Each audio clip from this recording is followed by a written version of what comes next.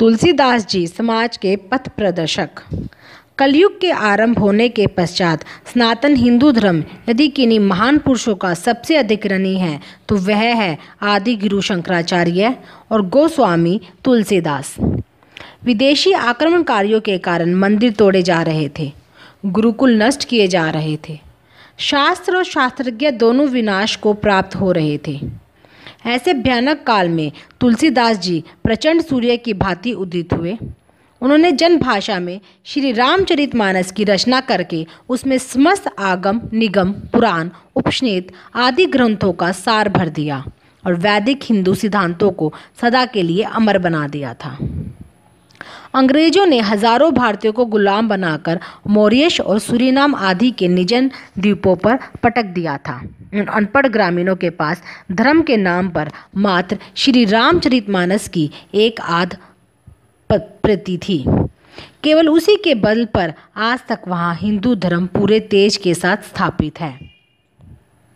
अनेक ग्रंथों के रचयिता भगवान श्री राम के परम भक्त गोस्वामी तुलसीदास जी भले ही तलवार लेकर लड़ने वाले योद्धा ना हों, लेकिन उन्होंने अपनी भक्ति और लेखनी के बल पर इस्लामी आतंक को परास्त करके हिंदू धर्म की ध्वजा फहराने में अपूर्व योगदान दिया था।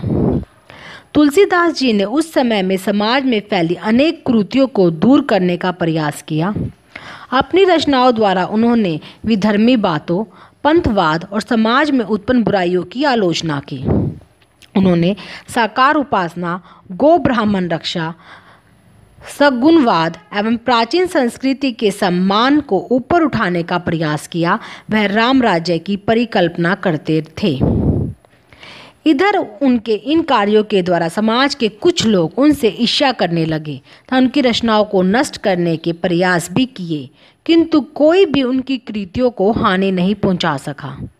आज भी भारत के कोने कोने में रामलीलाओं का मंचन होता है। इनकी जयंती के उपलक्ष्य में देश में कोने कोने में रामचरितमानस तथा अनेक निम्रित ग्रंथों का पाठ किया जाता है।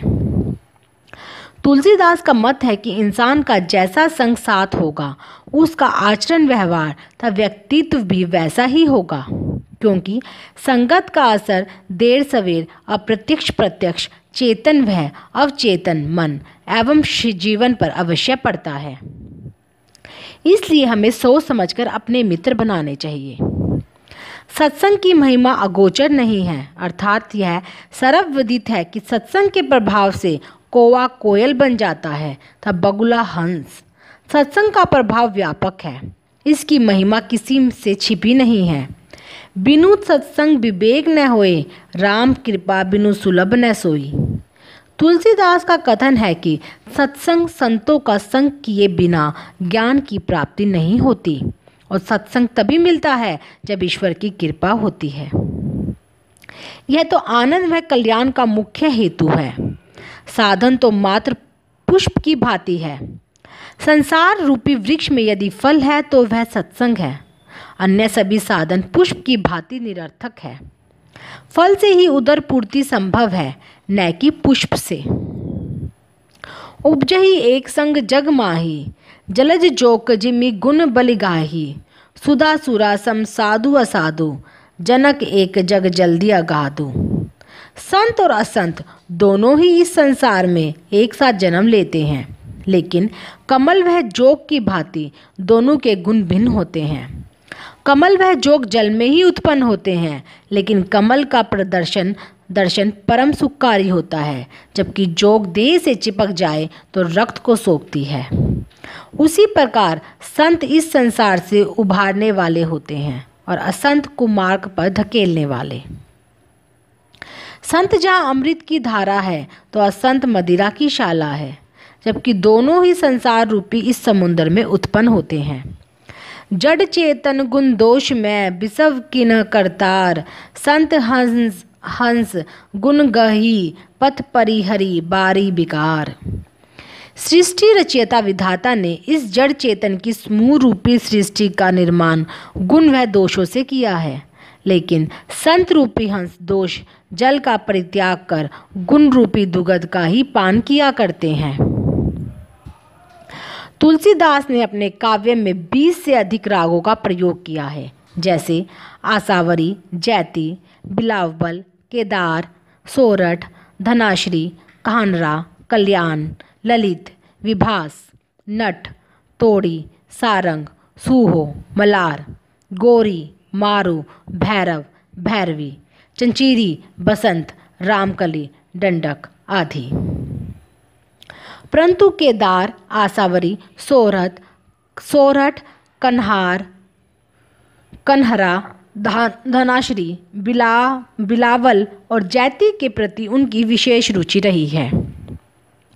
सूक्ष्म दृष्टि से देखने से यह पता चलता है कि तुलसी ने प्रत्येक भाव के उपयुक्त राग में अपने पदों की रक्षा की है। उन्होंने बड़ी सफलता से विभिन्न रागों के माध्यम से अपने भावों को व्यक्त किया है।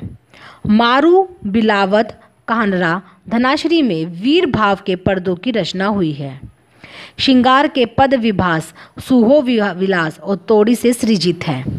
उपदेश संबंधी पदों की रचना भैरव, घनाश्री और भैरवी में की गई है। ललित, नट और सारंग में समर्पण संबंधी पद है।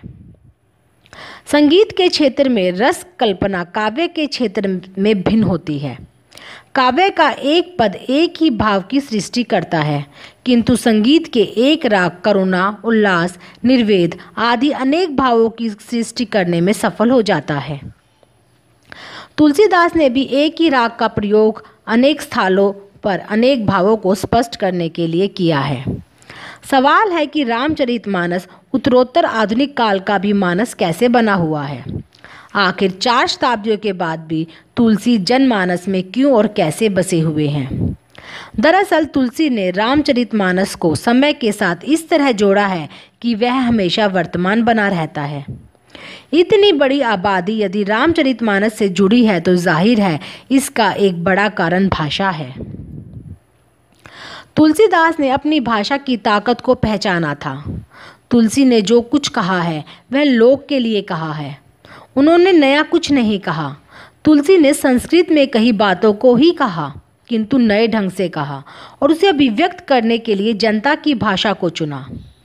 तुलसी से यह प्रेरणा ग्रहण की जा सकती है कि मातृभाषा को अपने समाज में पुनः प्रतिष्ठित करने के लिए अभियान चलाया जाए, क्योंकि हिंदी के जातीय तत्वों को पुनः गठित करने और अपनी सांस्कृतिक पहचान की रक्षा के लिए दूसरा कोई पथ नहीं है। नई पीढ़ी में जब अपनी भाषा से वंचित प्रेम विकसित होगा तब भी उनकी आवाज़ बनेगी। नई पीढ़ी की रामचरितमानस के प्रति उदासीनता का एक कारण यह भी हो सकता है कि जब वह अपने सवालों को लेकर मानस के पास जाती है तो उसे कुछ निराशा हाथ लगती है, लेकिन इस तथ्य पर विवाद की भी पर्याप्त गुंजाइश है। तुलसी के जीवन काल में ही काशी के कथावाचकों ने उनका विरोध शुरू कर दिया था। कथावाचक संस्कृत परंपरा के थे और श्रीमद् भागवत की कथा बाँचते थे। वे लोक भाषा में रचित रामचरितमानस को कैसे बर्दाश्त कर सकते थे। तुलसी के ज़माने में ही मानस के बारे में जो गलत बयानी शुरू हुई वह आज तक जारी है। इसे कोई भी इनकार नहीं कर सकता कि जनता में रामचरितमानस के प्रचार प्रसार में कथावाचकों ने बड़ी भूमिका निभाई है। कथावाचकों ने तुलसी के साथ एक भारी अन्याय किया। वे अपना आशय सिद्ध करने के लिए कई बार तुलसी के कवि रूप का वध करने से भी नहीं हिचकते। वे मूल पाठ को भी अपनी सुविधा के लिए बदल कर विकृत कर डालते हैं। हद तो तब हो जाती है जब धर्मभीरू श्रोताओं ने कथावाचक का बिंब बड़ा हो जाता है और तुलसी का छोटा।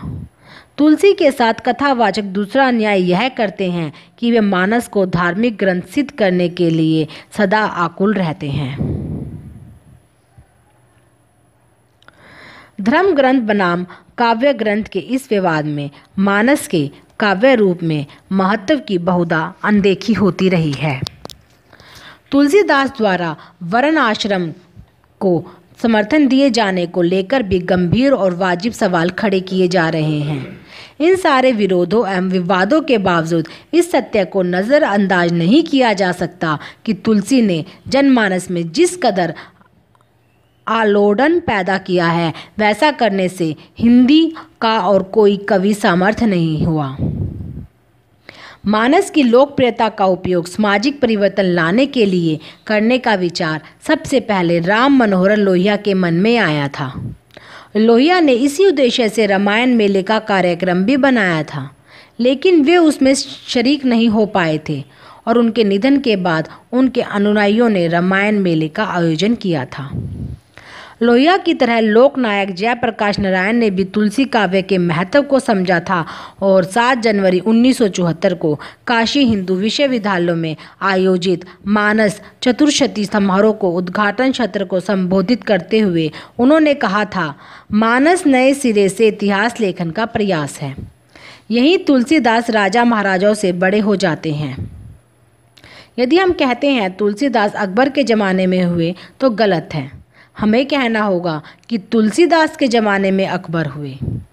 आज भी इतिहास को नए सिरे से लिखने की ज़रूरत है और इसके लिए रामचरितमानस हमारी सबसे बड़ी प्रेरणा बन सकता है। तुलसीदास ने अपने जीवन में बहुत से चमत्कारी कार्य भी किए। उन्हें बहुत से लोगों की बीमारी ठीक की और लोगों मृत्यु से बचाया था। तुलसीदास जी के चमत्कारी कार्य और उनकी बुद्धिमानी को मुगल साम्राज्य के महान शासक अकबर भी मानते थे। अकबर और तुलसीदास अच्छे मित्र बन गए और अकबर ने अपने पूरे राज्य में घोषणा कर दी थी कि कोई तुलसी जी को परेशान ना करे।